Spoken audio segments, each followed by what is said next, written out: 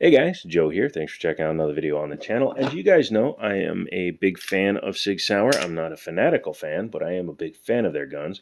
I think they're very interesting and they do some cool stuff such as the tungsten infused grips on the Legion guns. However, one gun that I've neglected to pick up and purchase, pardon me, is the original P365. This is a first model or original version of the gun. It even has the manual safety, but I'll go ahead and show it clear.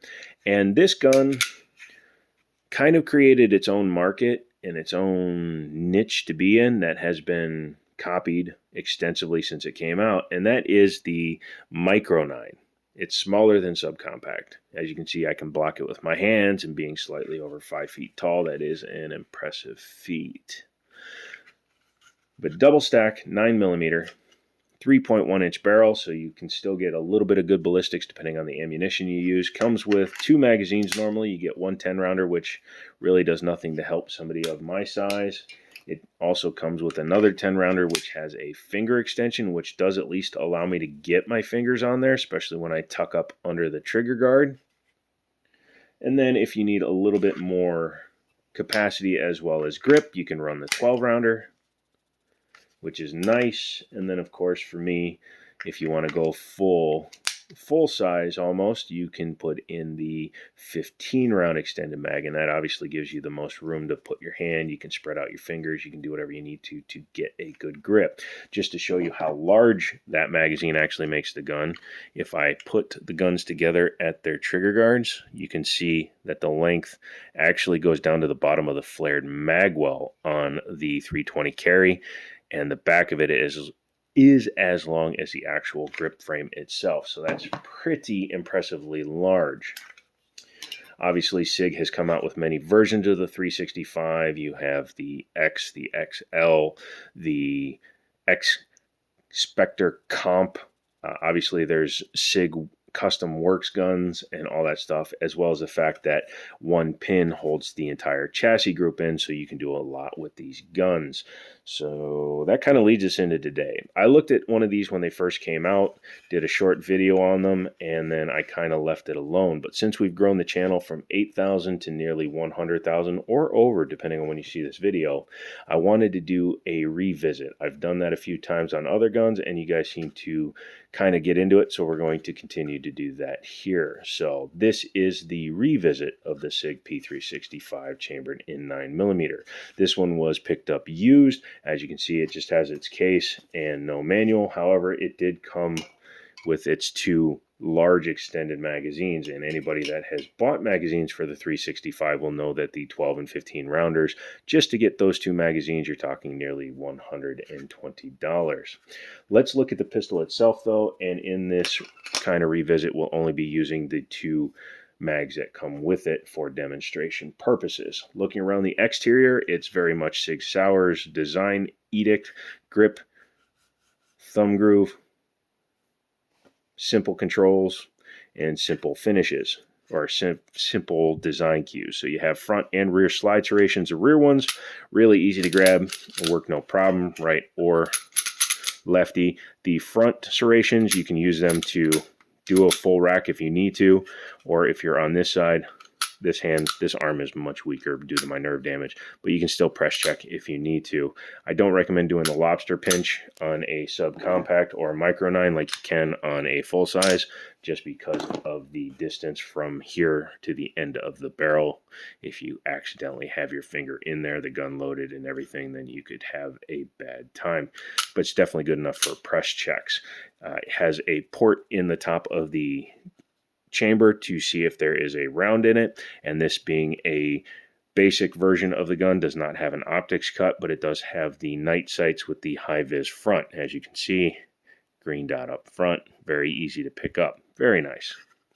On the side here you have your takedown lever, slide lock, slide release, and the manual safety. This does have an ambidextrous manual safety. Whether that is beneficial, some people will say yes, some people will say no. It's the only external safety on the gun other than the drop safety, firing pin block, whatever you want to call it, because there's nothing on the trigger here, no grip safeties of any kind. However, anybody that carries a 320 full size on the regular will know that these also have no safeties, unlike the Glocks, which at least have the safety blade in the trigger.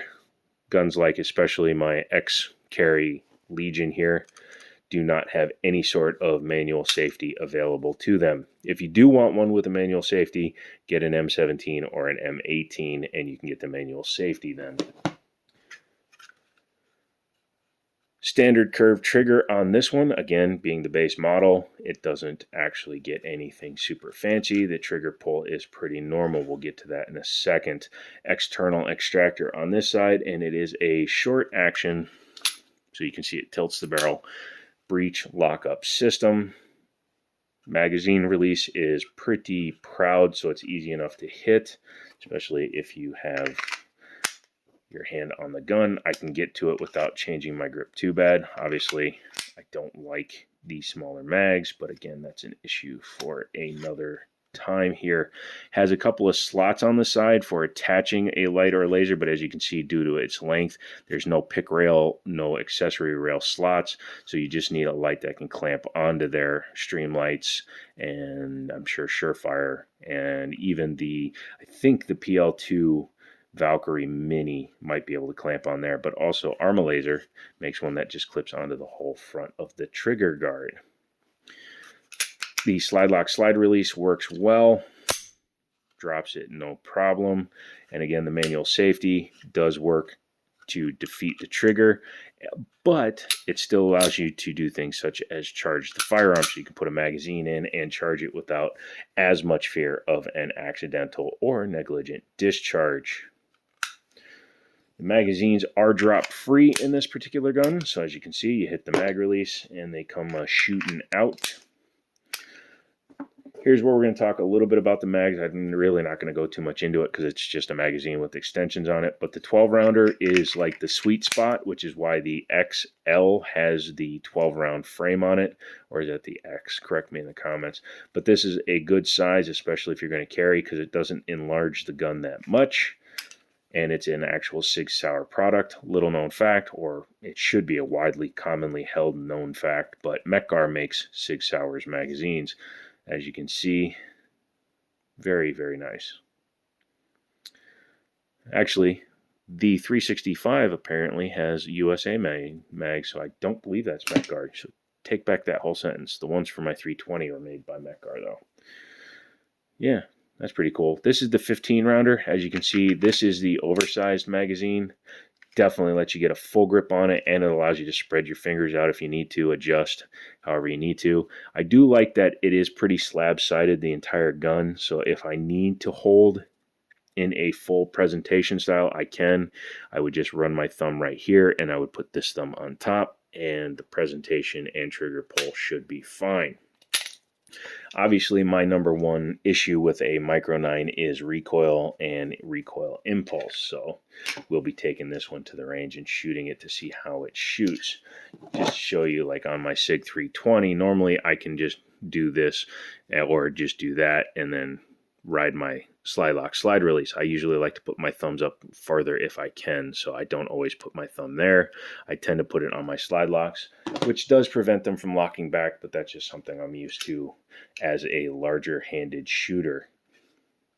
Let's talk about the trigger pull here. Here's the trigger pull. I'm going to show it to you. A little bit of take up here to a wall and pull through it. So there's take up, simulated wall, pull through, and it just breaks.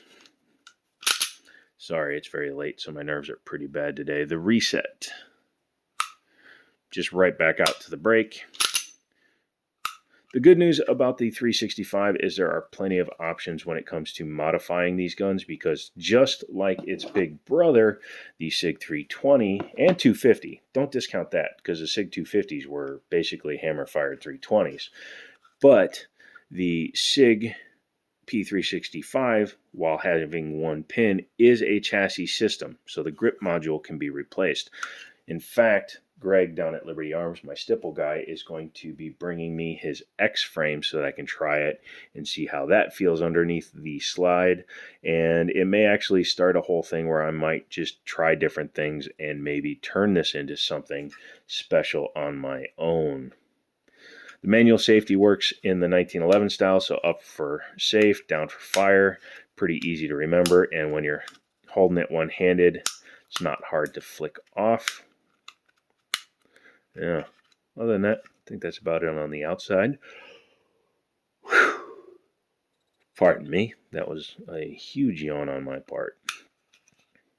I would not remove these sights for any reason because they are night sights and they have a pretty good picture. However, you could, because they are dovetailed in, if you wanted to do something like maybe mill this whole thing for an optic. Although, again, it doesn't make sense to spend the money. You should just buy one that's optics ready out of the box if you want one. However, I wouldn't mind actually getting my hand on, what is that, the SAS version where the sight is down in the back of the slide. I think that would be pretty cool, and maybe put a comp on it and put it in the X frame.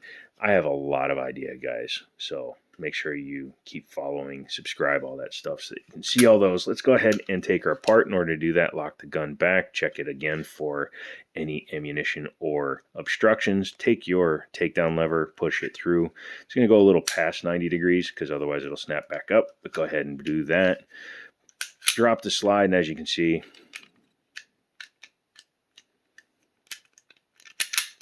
oh, what a day. What a day. Why would you lock up on me? Let's try that again, shall we? There we go. Why would you do that? I like doing these in one takes, guys, because it makes it a lot easier to show you when stuff like that happens. So yeah, you do have to pull the trigger on it. Big whoop. The guide rod is a double nested affair, so 2 springs, 2 distinct parts to the guide rod. It actually manages to recoil pretty well. I'm not 100% sure how it does it so well, but I've shot these and they shoot pretty nicely.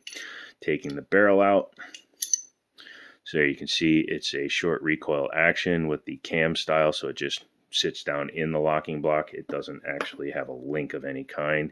Inside of here, I know the gun is used. I don't know the round count, but I know it has definitely been shot by its previous owner, but it looks like the finish is holding up well. Yeah, pretty nice. There's your firing pin block or drop safety, whichever way you prefer to put it. And then your frame. Like I said, you take this one pin out, you can take the whole fire control group out and swap it to another grip panel or a grip setup. I'm not 100% sure if you can remove the grip safety, or excuse me, the manual safety, and run it without it. I know how to install them, so I'm probably going to try that out and see, maybe just eliminate that completely. Definitely going to have to upgrade the trigger shoe if I like the way it shoots. Yeah, but otherwise, just pretty much standard polymer lower, especially on the smaller side. I like that the rails are very long. I prefer that just for stability reasons. When you have a long contiguous rail, it does help from the side-to-side motions of the firearm. Let's go ahead and put her back together. We'll grab the barrel. How are you, by the way? Look at that. It's pretty small, but we'll take it, put it in, breech side down. Take your double nested spring. The big one goes in the front, so you do this, and you squeeze and you get it locked in there. Spring should be parallel to the slide so that it looks like it's completely flat. Take your slide, take your frame, put them back together. Sometimes you got to wiggle that just to get it clear. Make sure the drop safety is down. There you go. Once you've done that, make sure that your spring is seated right. I don't think this one is. There we go. The spring hadn't fully seated, but racking it back did it for it. So let's go ahead and do that. And as you can see, this takedown lever likes to pop back up as soon as you rack the slide, but drop the slide, check for functionality, and we're back in business. As you can see, I like to do these in one takes because if I have difficulty, I want you guys to know what it is. That way you can determine whether or not it's something you can live with. But that being said, here we are at the end of the video, and I want to know what you guys are going to do to this gun. If it was yours, would you just do the X-frame upgrade, or would you add a comp to it? Would you change the slide completely? Because Grey Ghost makes some pretty cool 365 slides with the optics cuts already for not too much money, and I could just take all my springs out of that one and build it into a slightly different gun. I could actually literally get like a Rival Arms version of the Spectre comp slide, and then it would be a 3.1 inch barrel but compensated. Or do I get an actual compensator? Like I said, the sky's the limit with a Sig, not a Sky, because a Sky is a Sky, and that's what it is. So Sig's the limit, and I want to know what you guys are going to do. So come back for the next one. Don't forget to get subscribed. Hopefully you guys have been here from the beginning, and you'll be here until the end. When is that? Who the heckity-deckity knows? But we'll find out together. So come back for the next one, and as always, I'll chalk to you later.